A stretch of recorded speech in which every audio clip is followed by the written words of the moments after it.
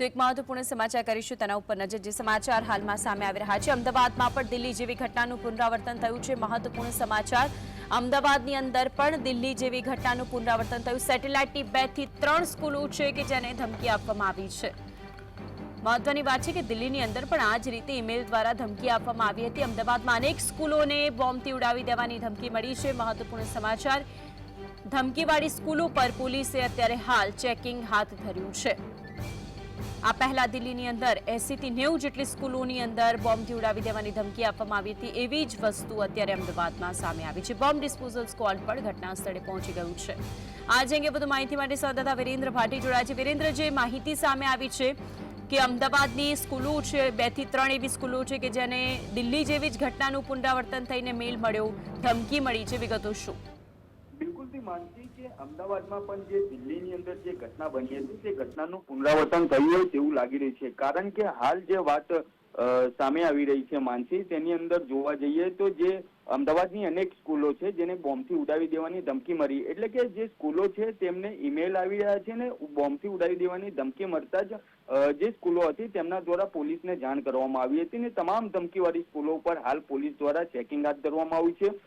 Bomb disposal squad પણ ઘટના સ્થળે હાલ પહોંચી ચૂકી છે। જે પ્રાથમિક સમાચાર જે મળી રહ્યા છે માનસી, તેની અંદર જોવા જઈએ તો રશિયન સર્વરમાંથી આ ધમકી આવી હોવાનું અનુમાન લગાવવામાં આવી રહ્યું છે। કારણ કે આ પહેલા પણ જ્યારે દિલ્હીની અંદર જે સ્કૂલો હતી તેને બોમ્બથી ઉડાવી દેવાની ધમકી આપવામાં આવી હતી, તેની અંદર પણ આ જ રીતના બનાવ બનવા પામ્યો હતો।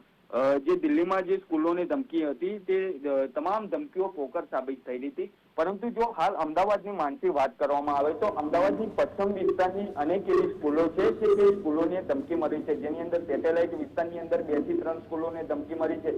તે પ્રકારની અલગ અલગ સ્કૂલોને 1 બાય 1 હાલ મેલ આવી રહ્યા છે। એટલે કે કહી શકાય કે આ એક સર્વરમાંથી મેલ આવતા હોય, પરંતુ અમદાવાદ કંટ્રોલ રૂમ હોય કે સ્થાનિક એજન્સી હોય તેમના દ્વારા ગુપ્તરાય તપાસનો ધમધમાટ શરૂ કરવામાં આવે છે। તેમજ બીજી બાજુ સાયબર ક્રાઇમની ટીમો પણ આની અંદર હાલ કામે લાગી છે માનસી। બિલકુલ વિરેન્દ્ર, આભાર આપ જોડાઈને વિગતો જણાવી તે બદલ। તો આજ અંગે ચર્ચા કરવા માટે આપણી સાથે સ્ટુડિયોથી સહયોગી અનિલ જોડાઈ ગયા છે। અનિલ, દિલ્હીની અંદર જે થયું હતું તેવું જ અમદાવાદની અંદર પુનરાવર્તન થયું। એ તો 80 થી 90 સ્કૂલો હતી જેમાં સવારે 4:30 વાગે દિલ્હીમાં મેલ આવ્યો હતો। અત્યારની જે વિગતો સામે આવી, જે રીતે વિરેન્દ્રએ કહ્યું કે એક ઈમેલ આઈડીથી ધમકીભર્યો મેલ મળ્યો છે, પરંતુ આવી બધી ઘટનાઓનું થતું પુનરાવર્તન કઈ રીતે તેના ઉપર રોક લાગશે અને આ જે ધમકી મળી છે તેને આપ કઈ રીતે જોઈ રહ્યા છો? માનસી, હું દિલ્હી કરતાં તમને પાછો ગુજરાત લઈ આવું તો સુરતમાં લગભગ અઠવાડિયા પહેલાં કે 10 દિવસ પહેલાં એક મોલની અંદર આવી રીતે ઈમેલ આવ્યો હતો અને જ્યારે તપાસ થઈ તો ખબર પડી કે આ કોઈ પ્રોક્સી સર્વરનો ઉપયોગ થયો હતો અને સાઉથ આફ્રિકા અથવા તો યુરોપિયન કન્ટ્રી છે, એ ફિનલેન્ડ કે ગ્રીનલેન્ડ જેવું કોઈ યુરોપિયન કન્ટ્રી હતું, ત્યાંથી આ ઈમેલ આવ્યું હતું।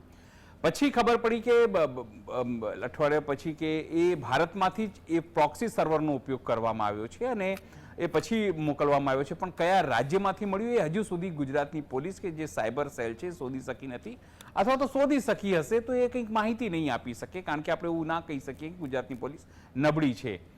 હવે વાત દિલ્હીની, તો સ્વાભાવિક છે દિલ્હીમાં 80-90 એક સાથે સ્કૂલોને આપવામાં આવ્યું। સવાલ એ છે કે જે પણ લોકો મોકલે છે એ તમામ લોકોને ક્યાંથી આ ઈમેલ મળતા હશે? સ્વાભાવિક છે જે પણ શિક્ષણ વિભાગ છે ત્યાંથી, ડીઓ કચેરીથી મળતા હશે। જો કારણ કે મને જો કોઈનું સરનામું ગોતું હોય તો મને ખબર હોય કે એની ઓફિસનો સંપર્ક કરવો, જેથી એની ઓફિસના તમામ લોકોને એક સાથે ઈમેલ મળે। એવી રીતે જો હું તમને અમદાવાદની વાત કરું તો જે પણ હેકર છે કે જે લોકો થ્રેટ ઈમેલ મોકલે છે એ લોકોની મોટો ઓપરેન્ડી એવી હોય છે કે જ્યાં એનું મેઇન સર્વર હોય એનો ઉપયોગ એ લોકો ક્યારે નથી કરતા। વીપીએન એટલે વર્ચ્યુઅલ જે પ્રાઇવેટ નેટવર્ક છે એનો ઉપયોગ કરતા હોય છે, જેના કારણે અને તમને કહી દઉં કે અત્યારે ઇન્ટરનેટ ઉપર ખૂબ જ સરળતાથી તમને જે પ્રોક્સી સર્વર છે એ મળી જાય છે, જેમાં તમે જો એ પ્રોક્સી સર્વરનો ઉપયોગ કરો અથવા તો એને જે વીપીએનનો ઉપયોગ કરો તમે, તો કોઈ પણ દેશ, તમે પાકિસ્તાનના સર્વરનો ઉપયોગ કરીને પણ મેલ મોકલી શકો છો, બાંગ્લાદેશ, નેપાળ, જર્મની, એટલે વિશ્વના કોઈ પણ દેશ એમના મફતમાં મોકલી શકો છો। એવું નથી કે તમારે એના માટે બહુ મહેનત કરવાની જરૂર છે। એટલે મારું એવું વ્યક્તિગત એવું માનવું છે, કારણ કે હવે જે રીતે 1-2 દિવસ પહેલાં એક મૌલાના પકડાયા છે જે કેટલાક હિન્દુ નેતાઓનું કથિત રીતે જે રીતે પોલીસ કહે છે કે હત્યા કરવાના હતા, એના માટે 1 કરોડ રૂપિયાની એમણે સોપારી લીધી હતી એવું પોલીસનું કહેવું છે। અને એને લઈને હરસંઘવીભાઈએ સરસ મજાની એક બાઇટ પણ કાલે આપી હતી કે કોંગ્રેસ આના માટે જવાબદાર છે. એટલે એક માહોલ ઊભો કરવાનો જે પ્રયત્ન છે, હું વ્યક્તિગત એવું માનું છું કે એક માહોલ, ઇલેક્શન છે એટલે આ માહોલ ઊભું કરવાનું આ પ્રયત્ન છે કે દેશમાં દુશ્મનો દેશમાં સક્રિય થઈ રહ્યા છે. એક નિશ્ચિત પાર્ટી જે રાષ્ટ્રવાદી પાર્ટી છે એને આ તમામ વસ્તુ આપવું, છતાં કોઈ પણ પ્રકારનો થ્રેટ હોય એને ગંભીરતાથી લેવી જોઈએ. સાયબર સેલ પોતાની રીતે તમામ વસ્તુઓ કરી રહી છે.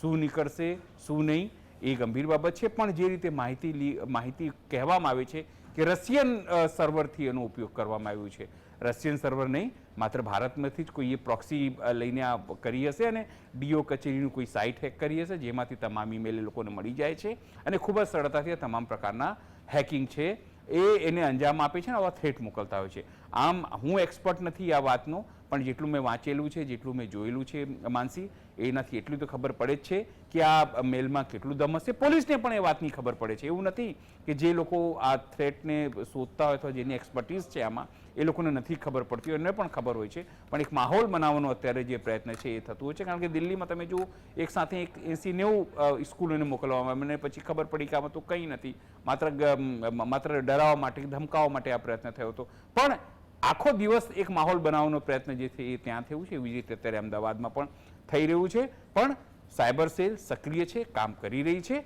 અને શું કહેવાય, લોકોને બચાવવાની એની પ્રાયોરિટી છે, સુરક્ષા આપવાની પ્રાયોરિટી. અને ચૂંટણી હોય એવામાં તો ચૂંટણી પંચની અંડરમાં તમામ વસ્તુ આવતી હોય છે અને ચૂંટણી પંચ એલર્ટ છે એવું કહી શકાય છે. બિલકુલ. અનિલ, આપ જોડાઈને વિગતો જણાવી તે